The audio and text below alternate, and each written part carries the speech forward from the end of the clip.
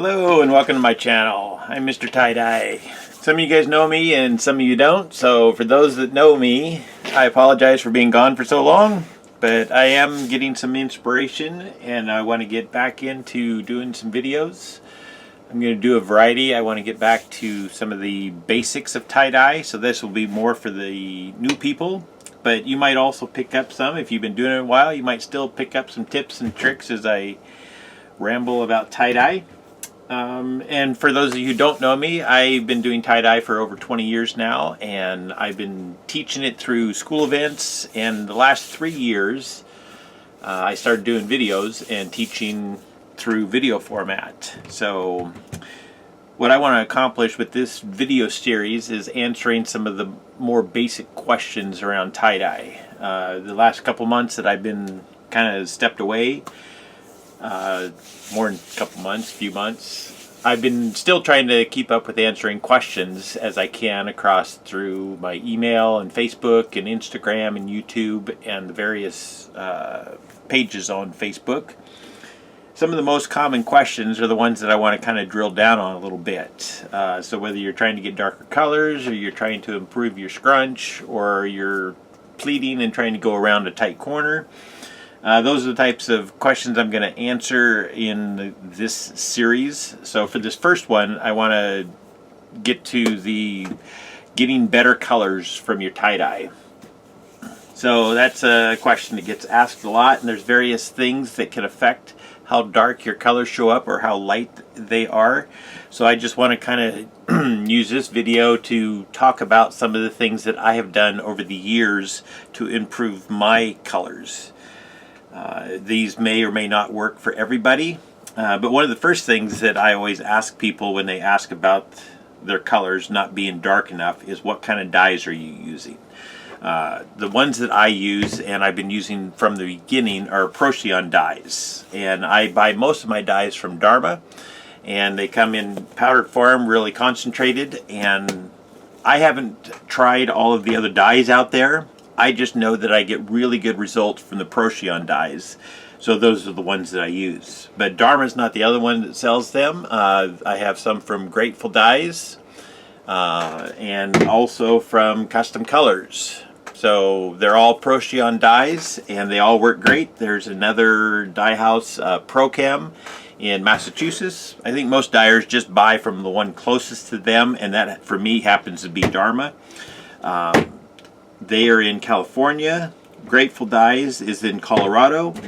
Custom Colors is in North Carolina, and Procion is in Connecticut, I believe. I haven't ordered from them, so I'm not sure, but all of the Procion dyes, aside from the individual colors that the companies mix, all of the Procion dyes are basically the same. So you should be able to order from any and have good results. So that's the first thing that I do. There's lots of kits out there in the stores, and some of those do use Procion dyes, and what I recommend if you're using those and you don't want to step up to these other dyes is to get all of your stuff tied up first and then mix your dyes, because some of the kits, the soda ash which activates these dyes is mixed in with the powder, and as soon as you add water to it, then those dyes are active. So if you mix up all your dyes and then you spend a couple hours tying things up, by the time you get to your dyes, they've already been active for a couple hours, so you're going to get lighter colors.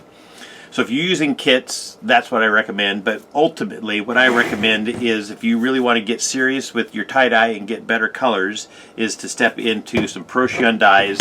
And like I say, you can order from any of these companies. I will try to put a link, I will put a link to all of these companies down in the credits below, or the comment section, description, whatever you want to call it, below this video, so that you can find these, or you can just search them out.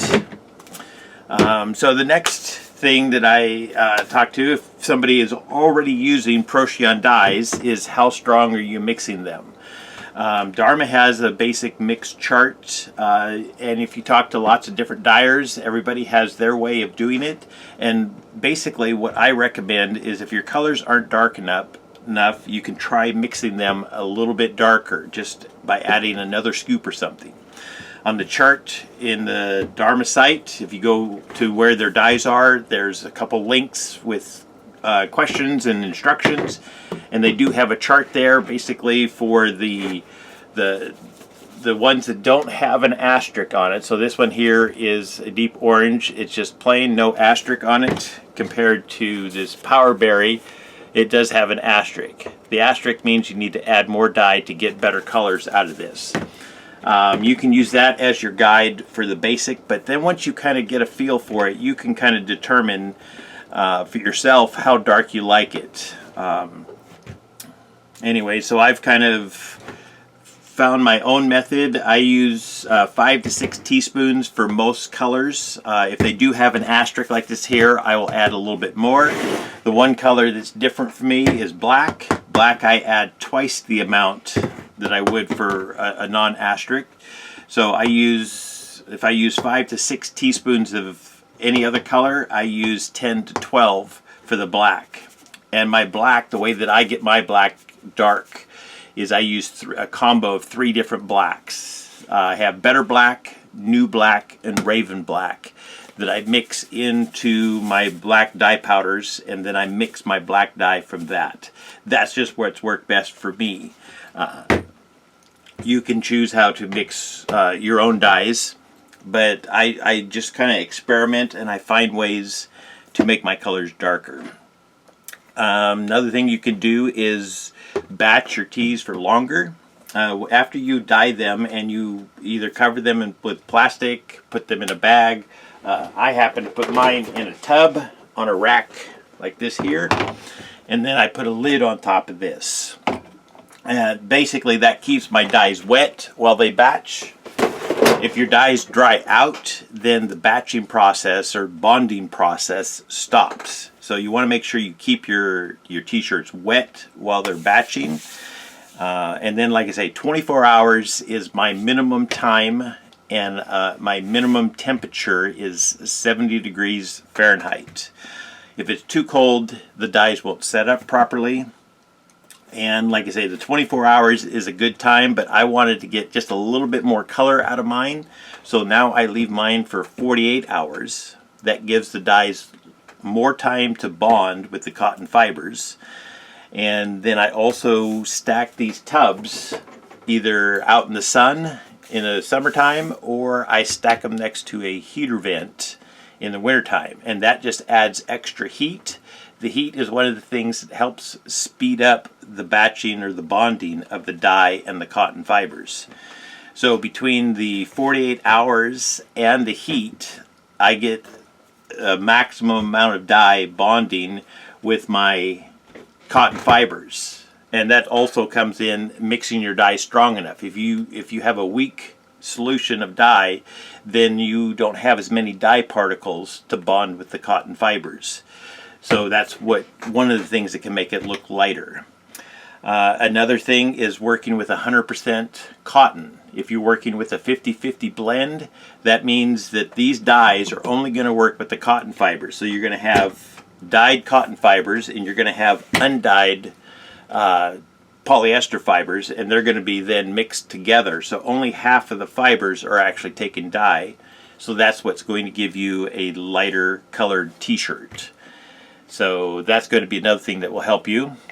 Let's see, saturation. If you don't get enough dye down into your t-shirt, then that can cause your t-shirts to look lighter, because the dye, as it sits there to batch, it's going to spread out into the white fibers that didn't get dye.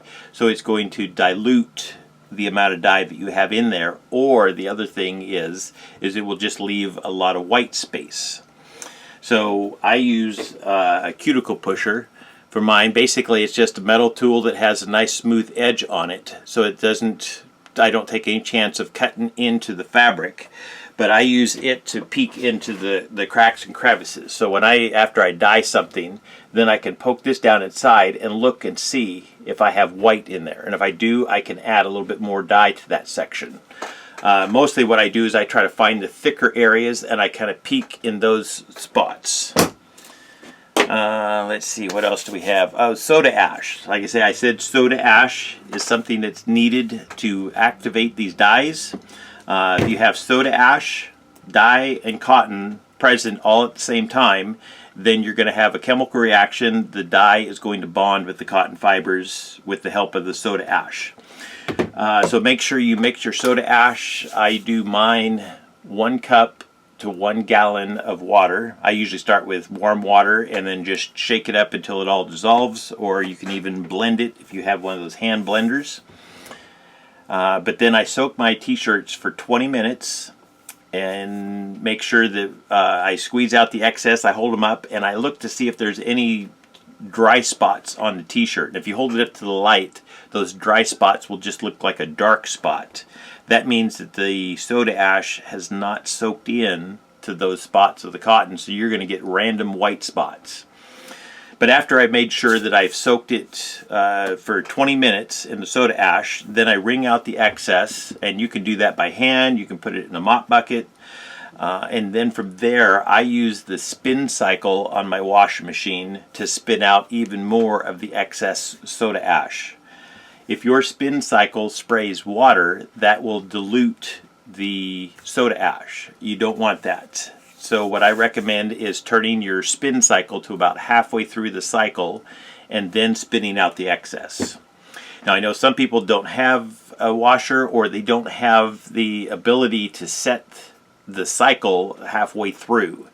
Some of the front loaders are the newer ones. They're all programmed. In that instance, like I say, they have the mop buckets you can get with the wringer to squeeze out the excess. You can try just hanging them up to dry for a while. If you want to invest some money, on Amazon they have the portable little spinners. They look like a little trash can about this big around, about that high, and they will spin out. I'm not sure if you could do 1 or 2 shirts at a time, maybe more in those, but they have those. I think they were like $150 and up on Amazon. I've heard a few people use those, and that helps. But basically, that's getting more of the liquid out of your t-shirt, because that's another thing that can affect how dark your colors are or how well you get your saturation. If you have too much liquid in there when you start doing your dyeing, then the dye and the soda ash liquid are competing for space in the t-shirt. And you're going to get either more white that's left over, or you're going to get a dilution of the dye mixing with your soda ash, because the t-shirt can only hold so much liquid. Okay, so next thing, water issues. I know some people, they live out in the country, they live off of well water, or they live in a place where they have hard water. I've never dealt with those issues myself. Anyways, if you have hard water issues, I would use distilled water. Okay, I think that's about it. The little tips and tricks that I use to help improve my colors, and that's really all I could do, is share the secrets or the things that I have learned through my own process that I have found that improve the colors. So I hope some of those tips, even if just one of them helps you improve your colors, then this video was a success. So stay tuned for more videos. Like I say, I'm going to just kind of zero in on some of the details, things. And if you guys do have more questions, I'm going to try to put a post over on Facebook and on YouTube where people can maybe post specific questions that they want answers on, some of the things that they're having troubles with.